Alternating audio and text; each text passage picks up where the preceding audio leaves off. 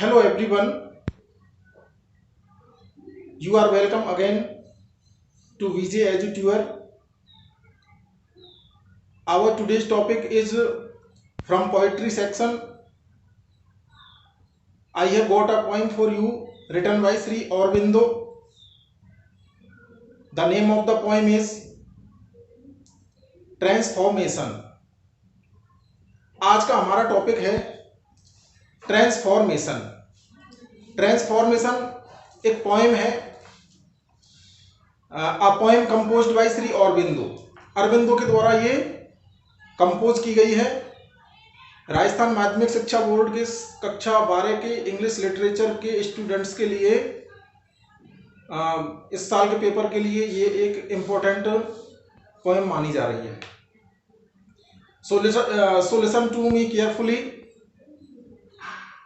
or take out your books before you start the study of this poem. अपनी अपनी किताबें निकाल लीजिए ताकि आप साथ में इसको ठीक ढंग से समझ सकें। तो आपकी जो प्रूडेंस बुक है उसमें ये पेज नंबर 81 पर दी हुई है। Before we start the poem, take a look at the poems. What about? अब पोएम है किसके बारे में, इस पर हम एक नजर डाल लेते हैं। This is a typical mystical poem by Sri Aurobindo, who speaks in this poem as an illumined soul. It shows how it is very tedious for a body to be changed from its state of flesh and bone into the eternal state of supreme bliss, where there is nothing but the joy and rapture of the highest degree. In a very lucid but metaphysical way, the poet presents the process of changing body into the supreme world of unknown rapture. ये poem के बारे में था जो कि मैंने काफी जल्दी पढ़ा है। आपको टेंशन लेने की जरूरत नहीं है, आप अपनी बुक में इसको आराम से देख सकते हो। जो इसका सार तत्व है, जो उसका एसेंस है, वो मैं आपको बता देता हूं कि इस पोएम में है क्या। तो इसमें आपको देखो पता लगेगा कि जो पोएट है, पोएट की आपको इसमें दो दशाएं देखने को मिलेंगी। एक तो हाड़ मास का उसका शरीर और एक परिवर्तन के बाद का शरीर, जिसमें वह एक ज्ञानी आत्मा के समान हो जाता है, जिसको इंग्लिश में बोलते हैं इल्यूमिन्ड सोल, यानी कि प्रकाशित आत्मा। तो वो भौतिकता से आध्यात्मिकता की तरफ प्रवेश कर जाता है। तो इस तरह से उसका ट्रांसफॉर्मेशन हो जाता है। आपको ध्यान देना है, यहां पर ट्रांसफॉर्मेशन का अर्थ क्या है कि जब कवि को यानी कि पोएट को ज्ञान प्राप्ति होती है, when he gets knowledge, his body of flesh and bone, उसका हाड़ मास का शरीर change into a different type of a enjoyment, and he becomes an illumined soul, और वह एक ज्ञानी आत्मा के समान हो जाता है। तो यहां पर कवि है, उसका परिवर्तन हो रहा है भौतिकता से आध्यात्मिकता की तरफ। कुछ बातें हैं, पहले आप इनको ध्यान से सुनिए, फिर उसके बाद हम पोएम को शुरू करेंगे। The poet is an enlightened soul. इस कविता में जो कवि है वो एक एनलाइटेंड सोल है। आपको ये याद रखना है,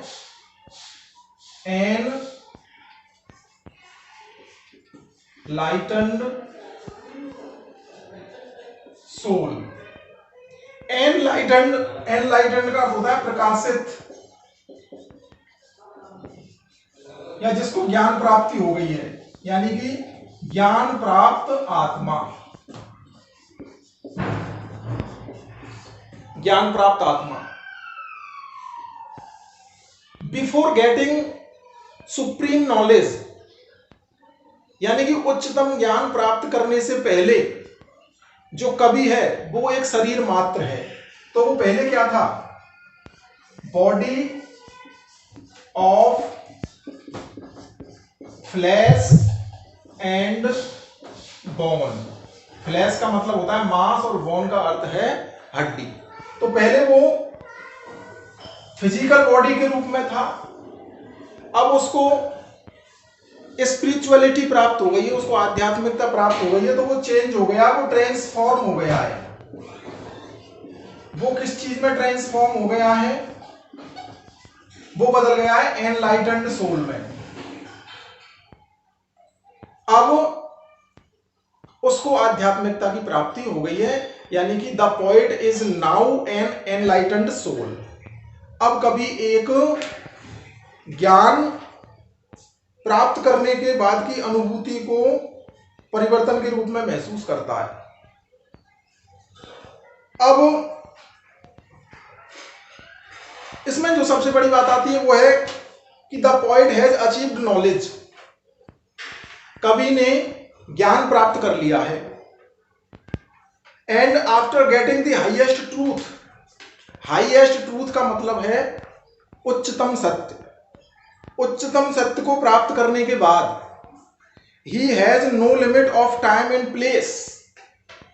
जब उसको उच्चतम सत्य की प्राप्ति हो गई है, यानी कि ज्ञान की प्राप्ति हो गई है, तो उसके लिए समय और स्थान का कोई महत्व नहीं रहा। वो पोएम में एक जगह कहेगा भी कि time is my pageant drama, कि समय तो मेरे लिए अब एक शानदार नाटक के समान हो गया है, यानी समय का उसके ऊपर कोई प्रभाव नहीं पड़ता है।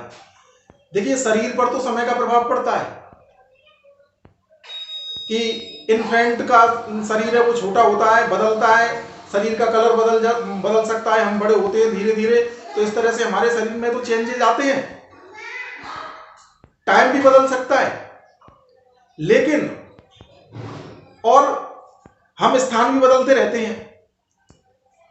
लेकिन जब तक हमें ज्ञान प्राप्ति नहीं होती तो स्थान और समय का हमारे ऊपर प्रभाव पड़ता है। लेकिन जब एक बार हमें ज्ञान प्राप्ति हो जाती है तो हमारे सामने टाइम और प्लेस, समय और जगह की कोई लिमिट नहीं होती। हम समय और स्थान से अप्रभावित रहते हैं। क्यों अप्रभावित रहते हैं? क्योंकि हमें ज्ञान प्राप्ति हो गई है। यहां पर पोएट अनअफेक्टेड क्यों है? The poet here is an unaffected soul after transformation. परिवर्तन के बाद वो अप्रभावित है।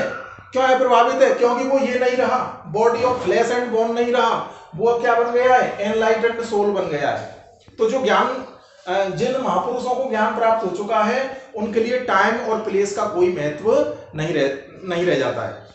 हम आगे जब पोएम पढ़ेंगे तो उसमें ये लाइन्स आएंगी तो उनको और डिस्कस करेंगे। His soul is holy one. अब उसकी आत्मा एक पवित्र वस्तु बन चुकी है। His soul is holy one, यानी कि पवित्र वस्तु उसकी आत्मा बन चुकी है। He feels enlightenment to a great extent. He feels, वह महसूस करता है, एनलाइटमेंट, एनलाइटमेंट यानी कि ज्ञान, यानी कि ज्ञान की अनुभूति को वो महसूस करता है। टू अ ग्रेट एक्सटेंट, बहुत बड़े पैमाने पर, बहुत ज्यादा वह उस ज्ञान को महसूस करता है। If we are in a physical world we are slave to nature and her rule. जब तक हम फिजिकल वर्ल्ड में रहते हैं, जब तक हम भौतिक संसार में रहते हैं, तब तक हम प्रकृति के नियमों के दास रहते हैं, स्लेव टू नेचर। यहां पर कवि का कहने का मतलब भी यही है कि when I am in the physical world I am slave to nature and slave to her laden rule. जब तक मैं इस भौतिक संसार में हूं, यानी कि मैं अज्ञानी हूं, जब तक मैं भौतिक संसार में हूं, जब तक मैं अज्ञानी हूं, तब तक मैं प्रकृति के नियमों का दास हूं, यानी कि प्रकृति का प्रभाव मेरे ऊपर पड़ता है। But we remain no more a slave when we are an illumined soul. लेकिन जब हम एक इल्यूमिन्ड सोल बन जाते हैं, जब हम एक प्रकाशित आत्मा बन जाते हैं, जब हम आध्यात्मिकता को प्राप्त कर लेते हैं, तो फिर हम किसी के भी दास नहीं रहते, हम स्वतंत्र हो जाते हैं।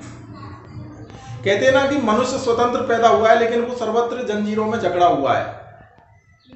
तो वो स्वतंत्रता हमें कब मिल जाती है? जब हमें आध्यात्मिकता मिल जाती है। तो वो आध्यात्मिकता किसको मिली है? यहां पर इस पॉइंट के अकॉर्डिंग श्री औरबिंदो को मिली है।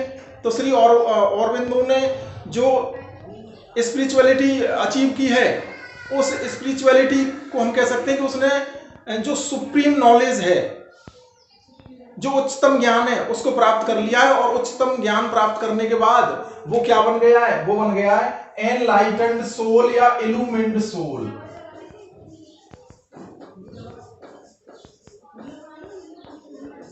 इल्यूमिन्ड का मतलब है प्रकाशित, सोल का अर्थ है आत्मा, प्रकाशित का अर्थ है जिसको ज्ञान प्राप्ति हो गई है, और सोल का अर्थ है आत्मा। अब वह इल्यूमिन्ड सोल बन गया है। When the poet is an illumined soul, there is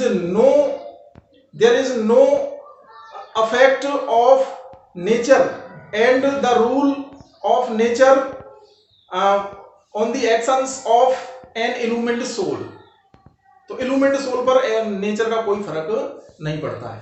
अब इसके बाद हम इस पॉइंट को बिल्कुल लिटरली डिस्कस कर लेते हैं, जैसा कि हमारे कोर्स में ये दी हुई है, लाइन टू लाइन हम इसको डिस्कस करेंगे।